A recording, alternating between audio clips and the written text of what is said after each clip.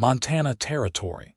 October 1877, Zadie Nolan reached the station in Glenrock, just as the train pulled from the platform, its whistle screaming like it knew what it had taken from her. The hem of her faded blue skirt was soaked through from the muddy road, her fingers trembling around the worn leather handle of her valise. She stood there, breathless, chest tight, eyes locked on the vanishing train.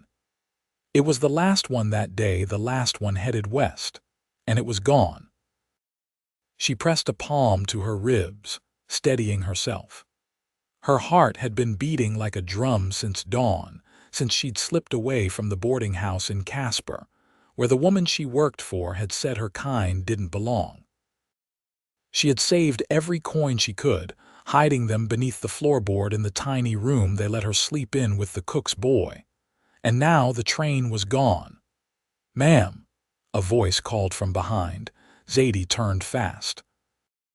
A tall man in a tan duster stood near the corral beside a red roan horse, one brow lifted. He looked about 30, maybe a little older, with sunburned skin and dark blonde hair curling beneath a sweat-stained hat.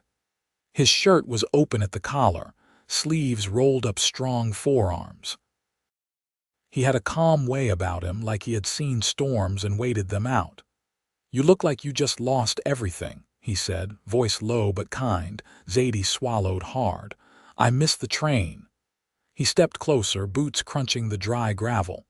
"Where were you headed?" She hesitated. "Helena. Family there?" "No," she said. "Job, maybe." She clutched her valise tighter. "I was going to start over." He nodded, slow. "Name's Caleb Lorne. I've got a ranch about a half-day ride north of here." He looked at her face, really looked. "You got nowhere to sleep tonight, do you?" Zadie's shoulders drew in. She didn't answer. "I ain't offering anything strange," Caleb said evenly. "Just supper, a roof, and you can ride out in the morning if you want. I do not leave folks out in the cold." Zadie studied him.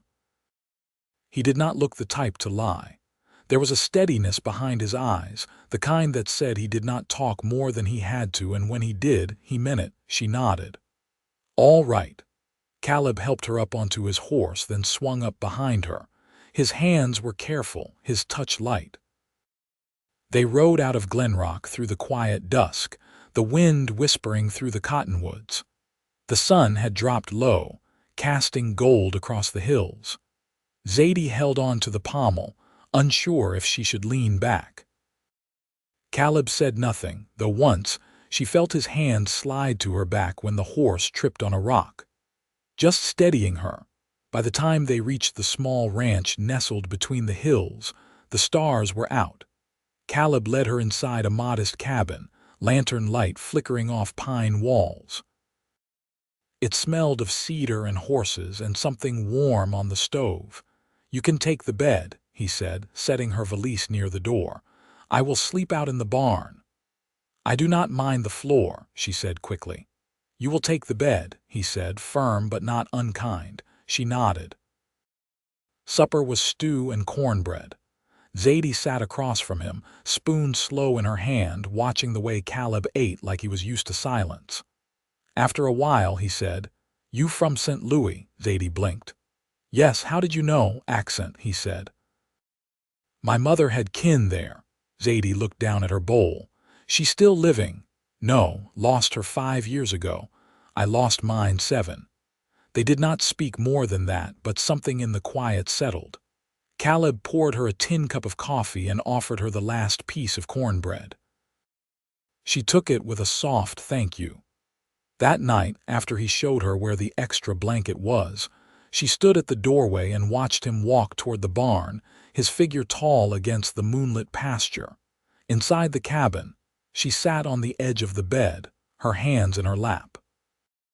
For the first time in weeks, she did not feel scared, just tired and warm.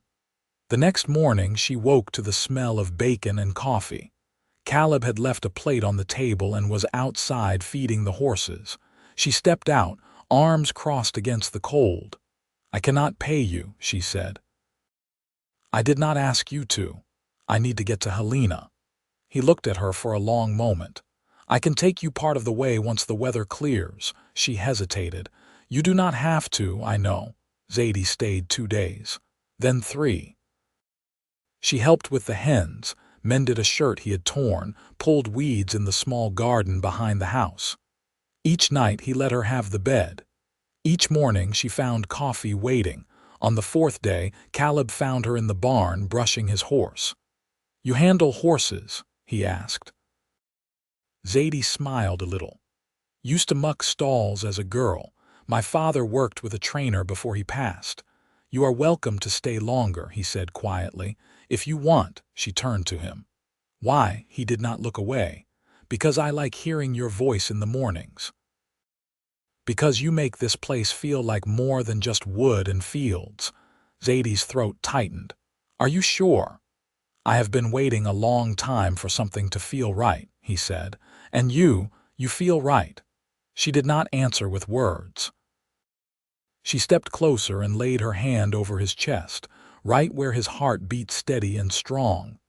That night, she stayed outside with him until the stars came out. They sat on the porch, shoulders brushing. And when she reached for his hand, he closed his fingers around hers like he had been waiting for her all his life.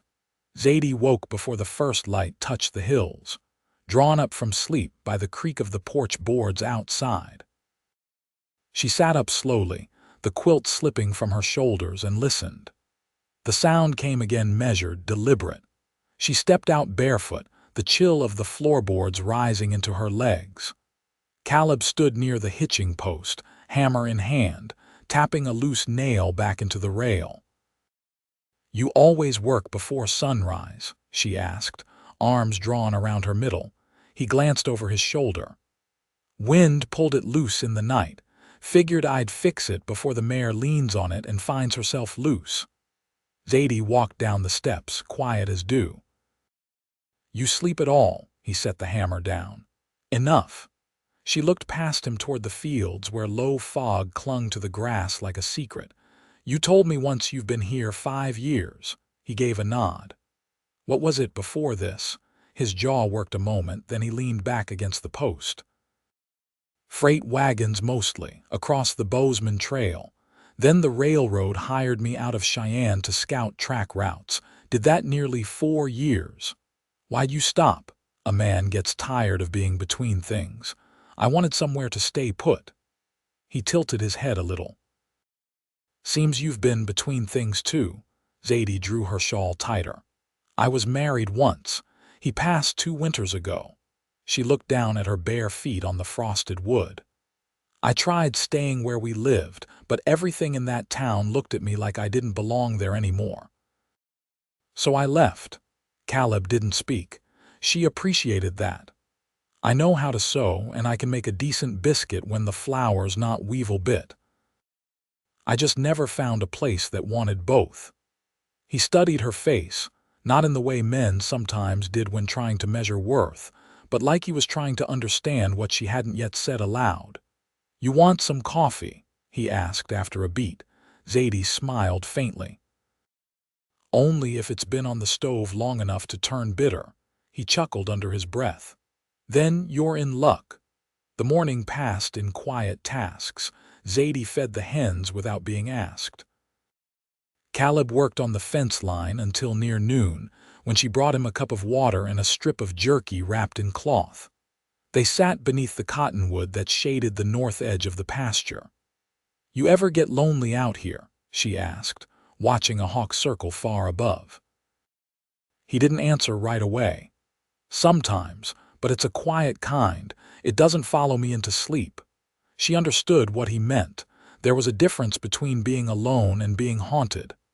I think I'd stay if you'd have me, she said, voice low. Caleb turned his head toward her, not startled, not surprised. I'd have you, Zadie. She let the silence stretch between them, not needing to fill it, not needing anything more than that answer. Later that day, she found a scrap of calico in the bottom of her valise and began stitching a curtain for the cabin window. Caleb watched her from the doorway, his arms crossed loosely, a quiet ease in his expression that hadn't been there before. "I'd like to start a garden come spring," she said without looking up. "There's room on the south side." "I'll help you clear it," he said. Outside, the wind stirred the dry grass.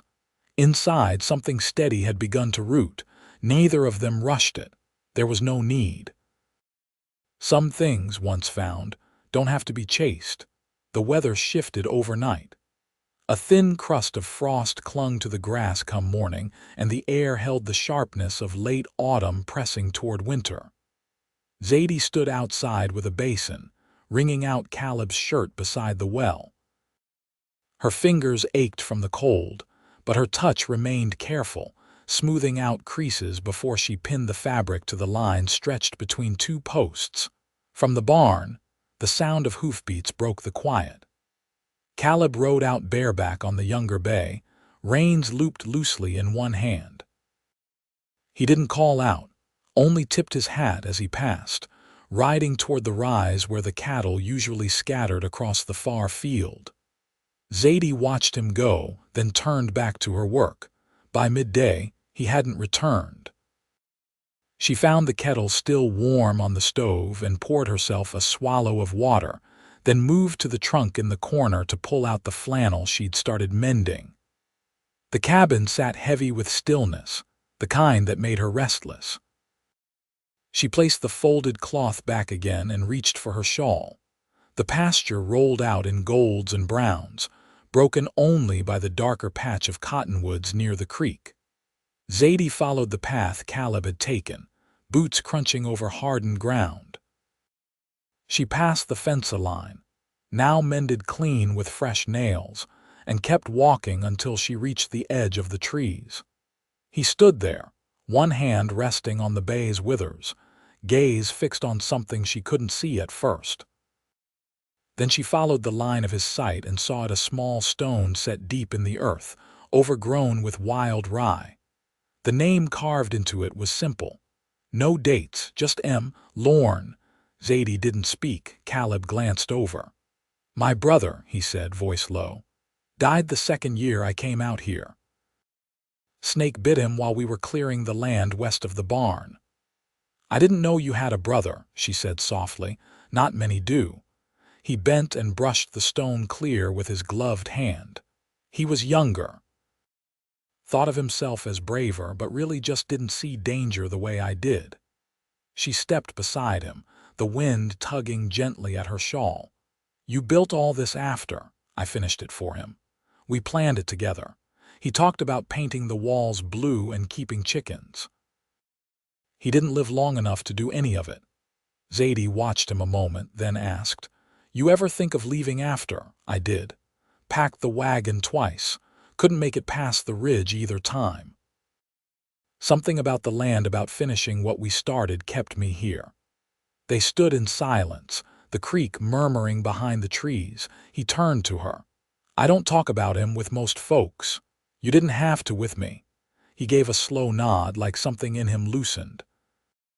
"You hungry?" She gave a small smile. "I could eat." Back at the cabin, Zadie stirred a pot of beans while Caleb stacked kindling by the hearth. The wind had picked up, rattling the latch on the door. She glanced over her shoulder. "You ever think about what you'd do if you hadn't stayed here?" "I'd probably have ended up in Oregon," he said.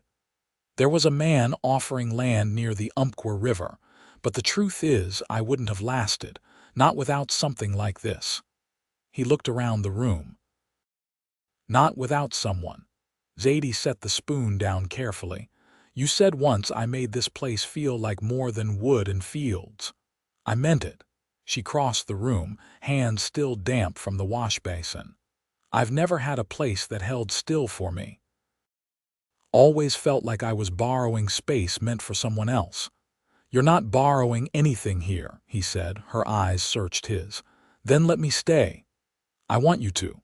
She reached for his hand and he took it without hesitation. His fingers were rough, but his touch was gentle, and she felt something settle in her chest, something quiet and certain. That night, she brought out the scrap of muslin she'd saved and began stitching initials at the corner. When he asked whose, she only said, "Yours and mine." He didn't answer with words, just reached for her other hand and held it there on the table, the oil lamp casting their shadows close together on the wall. The first snow came softly, just after dusk, slipping down in fine flakes that caught the light from the cabin window. Zadie stood at the table, hands dusted in flour, shaping dough for the morning's bread. Caleb was outside, fitting a canvas sheet across the haystack. She could hear the occasional groan of the wind against the eaves, but it hadn't turned sharp yet. Just cold enough to remind them what month it was. When he came in, he shook the snow from his shoulders and hung his coat by the fire. Zadie didn't look up right away, but she could feel the shift in the air, something heavier than the weather. "You all right?" she asked, brushing her hands clean. He leaned against the doorframe, arms crossed. Saw smoke from the east ridge. Could be hunters or someone passing through. Could be trouble, could be nothing. But I'll ride out in the morning to be sure. She nodded and turned back to the dough, setting it beneath a cloth to rise. "You want me to pack something for the trail, just my rifle and some salt." "Won't be gone long." She wiped her hands and moved toward the fire, checking the pot where dried apples simmered gently. "You trust the land," she said, "but you still check on it when something's off." "I trust it because I check it," he said. "Same as I'd trust a horse I trained myself." She turned, her eyes catching his. "What about people?" He stepped closer, the firelight catching the edge of his jaw. "I think trust with people takes something else, something slower." Zadie's voice was quiet. "You think I've earned yours?" He didn't look away. "You keep showing up. That counts for more than most think." Neither of them moved for a breath or two. Then she reached for the kettle and poured him a cup, passing it to him without another word. He took it, their fingers brushing briefly. That night, Zadie didn't sleep right away. She lay beneath the quilt, listening to the wind shift, the faint creak of the cabin settling into cold. Across the room, Caleb rested on the cot he'd brought in from the barn, one arm folded behind his head. "You ever think about adding on?" she asked into the dark. "Been thinking about it more lately. How much space would it take? Enough for another room. Maybe two if there was reason." Zadie turned onto her side. "You think there might be? I do." The next morning, Caleb saddled the bay and rode out before sunup. Zadie watched from the porch, her shawl wrapped tight. His figure disappeared into the soft gray light, leaving only hoofprints and the hush of falling snow. She didn't idle. She chopped wood with uneven strokes, fed the hens, and set a pot of stew to warm slowly over the hearth. By midday, the storm had thickened, and the sky hung low and close. She watched for him through the window, her palms pressed to the glass. When she finally saw his shape returning, the tension in her chest eased without her realizing it had been there. He dismounted stiffly, frost clinging to his collar. Just an old trapper passing through. Left a note on a tree he'll be moving west come morning. Zadie stepped aside as he entered, helping him out of his coat. "You didn't eat. I will now." As he sat by the fire, she handed him a bowl. He ate slowly, the way men do when they've used up more energy than they care to admit. "I found a half-finished beam in the shed," she said, folding a cloth across her lap. "You planning something?" He glanced at her. "Was going to build another chair. Figured if someone stayed long enough they'd want their own place to sit." She smiled, small but sure. "I'd like to build something too." "What sort of something?" "A life." He set the bowl down. "With me," she nodded. "If you'll have me." He rose slowly, moving to where she sat. He knelt in front of her, not as a question, but as a promise. "I already do." Zadie touched his face, her hand warm against the cold that lingered on his skin. "Then let's never leave this place unfinished." "We won't." Outside, the snow fell steady and silent, blanketing the land in white. Inside, the fire burned even and low, and the space between them held no more questions. Only warmth. only the start of something deep and lasting.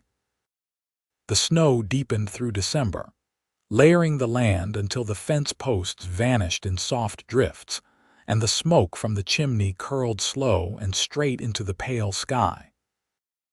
Zadie stitched quietly near the hearth, mending the sleeves of a wool shirt Caleb had outgrown the year before but refused to discard. The cabin had taken on a different rhythm since the first snowfall, measured, contented, full of small tasks that filled the day without pressing it. Caleb came in from the shed near dusk, his coat flecked white, arms full of dry kindling. He paused at the door, boots heavy with packed snow, and looked at her without speaking. "You're tracking half the mountain across my floor," she said, not looking up from her stitching. "You'll forgive me, seeing as I brought the firewood." She set the needle down. "I'll forgive you if you let me cut your hair before the new year." He blinked. "That's so. You've got half the front blowing in your eyes. You'll ride into a tree come spring." He dropped the wood by the hearth and unwrapped his scarf. "You do it tomorrow. I'll sit still, I swear it." Zadie smiled but didn't reply. She folded the shirt and rose to set the kettle back on the stove. The cabin had grown warm from the day's fire, and the light from the oil lantern softened the corners of the room. After supper, Caleb reached beneath the cot and pulled out a small wooden box. He sat across from her at the table and pushed it forward with one hand. "I found this last week. Wasn't sure when to give it to you." Zadie opened the lid and stared down at the contents. A brass thimble, a folded scrap of hand-woven lace, and a brooch with a blue stone set in tarnished silver. Her breath caught. "These were my mother's," she whispered. "I cleaned out the old trunk in the loft," he said. "Thought you might want them somewhere you could see them." She touched the lace with the tips of her fingers, then looked up at him. "I didn't know you'd gone up there." "I didn't mean to." Was fixing the roofline and stepped through a weak board, found the box tucked behind a stack of old seed sacks. Zadie closed the lid slowly. "I'd forgotten she packed these before we left Missouri. I thought they were lost." He nodded once. "They're yours, Zadie." "Same as this place." She reached across the table and took his hand. "You've given me more than I ever thought I'd have again." "You gave me back quiet I could live inside," he said. "They didn't need more than that." Later, she stood behind him with a pair of shears, her fingers threading through his overgrown hair as she trimmed carefully by lamplight. He didn't flinch or fidget, just let her shape the edges with slow precision. When she stepped back, he turned his head slightly, eyes meeting hers. "Do I look respectable now?" "You look like a man who belongs somewhere," she said. He rose and took her face in his hands, brushing his thumbs beneath her cheekbones. "You're the reason I do." She leaned into him, the warmth of his skin grounding her in a way no place ever had. When he kissed her, it wasn't hurried or uncertain. It was the kind of kiss that knew its footing, that had waited long enough to be sure. They married in the second week of January, with only the parson from Glenrock and his wife as witness. The snow had settled high on the roof, and the creek was frozen over, but inside the cabin, the fire burned deep and steady. Zadie wore a dress she'd sewn from cream wool, and Caleb stood in the same coat he'd worn the first day she met him, brushed clean and newly mended at the sleeve. After the vows, they shared coffee and a slice of dried apple pie with the parson's wife, who left a bundle of dried lavender and a tin of lye soap as a gift. That night, Zadie sat beside Caleb on the edge of their bed, now her hand resting over his. "I want to plant wildflowers come spring, beside your brother's grave." He turned his hand over and laced their fingers. "He'd like that. And I want to build shelves for books. We could order some from Helena when the road's clear." "We'll do it." She leaned her head against his shoulder. "I never thought I'd have something that felt like mine again." "You don't have it alone," he said. They lay beneath the quilt that night, the wind outside soft against the walls. Zadie rested with her head against his chest, and Caleb wrapped his arm around her waist. Neither of them spoke, because nothing needed saying. By spring, the land softened. The snow melted in slow streams along the creek, and green pushed up through the thawed ground. Zadie planted her garden in neat rows, and Caleb built a second chair to match the first. A porch swing followed. Then a chicken coop with a slanted roof. They marked the days not by calendar, but by the way the sun hit the fields, and the way their hands found each other without thinking. Years passed, and the cottonwoods grew thicker by the creek.